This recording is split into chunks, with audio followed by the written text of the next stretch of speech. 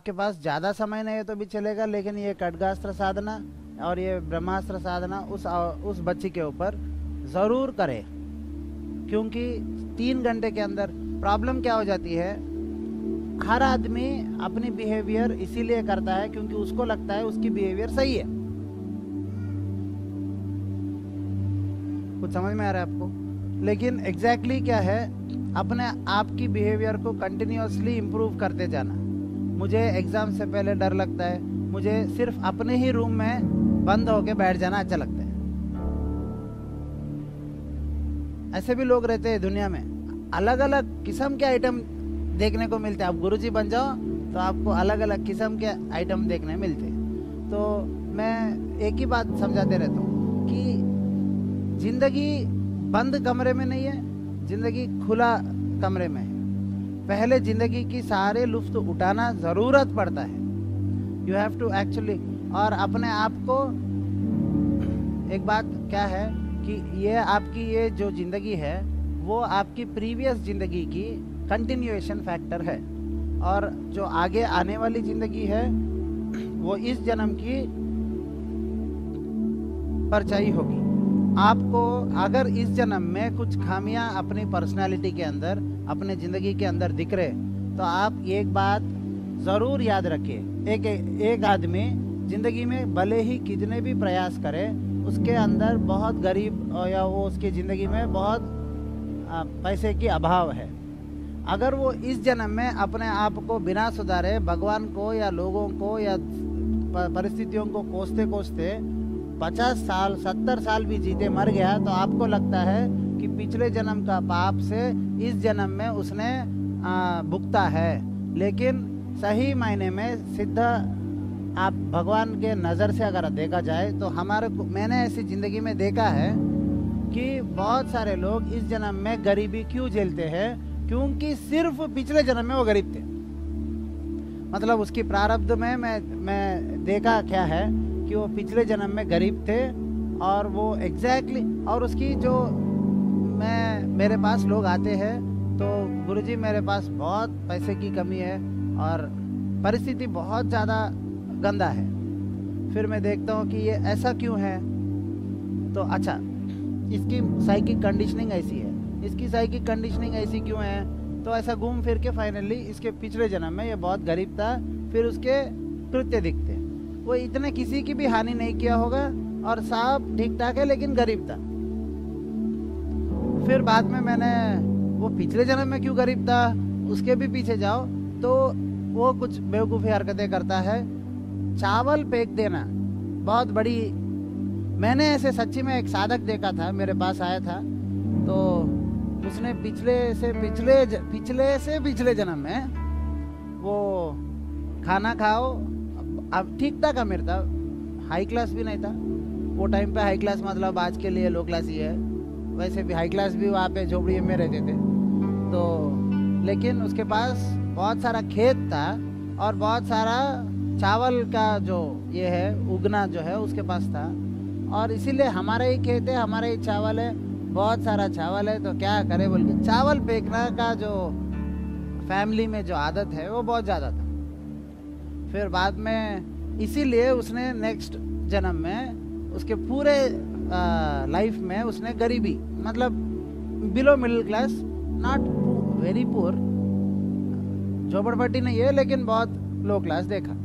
फिर इस जन्म में फिर वो वापस आया, और मैं ईमानदारी से कह रहा हूँ इस जन्म में उसकी कोई पाप नहीं है, पुराने जन्म में भी ठीक ठाक था, फिर भी इस जन्म में वो वैसे ही है, क्योंकि पूरे पुराने जन्म में उसने एक कंडीशनिंग, मेरा तो हालत ऐसे ही है, मेरा तो हालत ऐसे ही है, मैं ऐसे ही हो जाने वाला हूँ, मेरे को पता नहीं है, मैं कुछ भी करूँगा मेरे साथ ऐसे ही होने वाला है, और अभी नहीं ये जन्मों जन्मों का मेरा साथी है ये गरीबी। क्योंकि उसने बहुत प्रयास किया था, उसके पुराने जन्म में वो अबव मिडिल क्लास था, राइस पे खा, और नेक्स्ट जन्म में गरीब मतलब बिलो मिडिल क्लास हो गया, तो उसके माइंड तो था कि अमीरी रहना है। मेरा उद्देश्य समझ में आया? अबव मिडिल क्लास सडनली गरीब पैदा होता है, तो उसका माइंड जो है सबकॉन्शियस माइंड कहती है अमीर रहना चाहिए, ज़रूरत है। उसका माइंडसेट जो है सब अमीरी की थी, लेकिन राइस फेंकने की वो 1 दिन 2 दिन नहीं, उसकी ज़िंदगी में वो ऐसी बहुत सारे कुछ हरकतें थे। उसने जो एग्जाम्पल ये राइस बहुत बड़ी महत्व कारण लिया था, बाकी सारे भी बहुत सारे बेवकूफ़ कारण थे। तो प्रॉब्लम ये होती गई कि मतलब किसी को नहीं देना, तुम खाओ और बच गए फेंक दो, लेकिन किसी को ज़रूर कभी नहीं खिलाना। ऐसी शरीफ हरकतें जो है वो करते आया था। उसकी माइंडसेट जो है अमीरी की थी। उस जन्म में वो आया और अमीर बनने की बहुत प्रयास किया, फिर भी उसके कर्मों की वजह से, उसके माइंडसेट की वजह से वो गरीब ही रहा। तो उसने अपने आप को एक ऐसी बात करने लगी कि देखो भाई, मेरा कुछ भी तो प्रयास करूं, आज ऐसे ही होगा। Whatever I do, I am telling you, I am promising myself that I am going to be like this. And ऐसी ऐसी बातें करते हुए वही एनर्जीज को उस जन्म में बनाया। अगले जन्म में वही एनर्जी, वही संस्कार, वही प्रारब्ध के साथ नेक्स्ट जन्म में, ईमानदारी से बता रहा हूँ, अबव मिडिल क्लास या मिडिल क्लास आदमी को पैदा हुआ।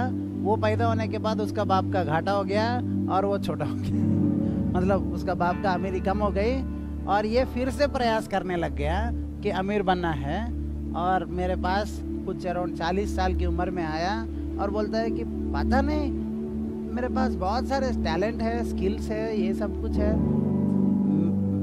मैं किसी को एडवाइस करता हूँ तो वो वही करता है तो सक्सेस आ जाती है, मैं वही फिर से रिपीट करता हूँ, मेरे को फेल्यूर आती है। ऐसे कैसे वैरायटी के काम में मेरे को होते। मैं बोला भैया, अगर तुम अपने ही माइंडसेट के अंदर मानसिकता को तुम अगर ऑब्जर्व करोगे तो तुम्हारी इमोशनल स्टेट में तुम्हारे को क्या क्या महसूस होता है। मतलब वो आदमी थोड़ा पहचान का बहुत ही साधक के ऊपर मैंने आजकल अलग अलग साधक आ रहे। पहले तो मैं थोड़ा, मुझे मेरे आजकल के साधक ने मुझे बहुत सबक सिखाया कि गुरुजी हम ऐसे ही है, हमारे को सुधारो मत। इसीलिए मैं आजकल साधकों को सुधारने की ज़्यादा प्रयास नहीं कर रहा हूँ। लेकिन पहले तो मैं क्या, उसको बिठाया और उसको आँख बंद करके उसको एक ऐसी ध्यानस्थ स्थिति में लेके आके उसको पूछा कि मैं अभी पैसे के बारे में बात कर रहा हूँ। इंसान को पैसे होना चाहिए, पैसे कमाना आसान बात है। अभी तुम्हारे को क्या क्या फीलिंग्स आ रहे हैं, क्या क्या तुम्हारे को किधर किधर पेट में। मैं उसको ऐसी स्थिति में लेके गया कि उसकी पैसे के बारे में बोलते ही उसके पेट के लेफ्ट साइड एक थोड़ा वजन और चुभता हुआ जैसा फीलिंग आती है। फिर मैंने उसको खाने के ऊपर बात करते ही उसके चेस्ट के अबव रीजन में थोड़ा भारी सा, उसकी बॉडी की सेंसिटिविटी, उसके शरीर के अपना बॉडी की सेंसिटिविटी होती है। कुछ कुछ लोगों को आप हल्के से टच करो सेंसिटिव होते हैं, कुछ कुछ लोगों को आप ऐसा बार बार करो फिर भी बुला रहे हो, मतलब समझ में भी नहीं आते। We are not sensitive to our bodies subtle sensations. आपके अभी पेट में कैसा लग रहा है, पेट में कैसा लग रहा है, अच्छा ही लग रहा है, दैट्स, ऐसा हम प्रोग्राम कर देते हैं कि हम ना हमारे अंदर के माइन्यूट छोटे छोटे सूक्ष्म अनुभूतियों को हम अनुभूति नहीं कर सकते हैं।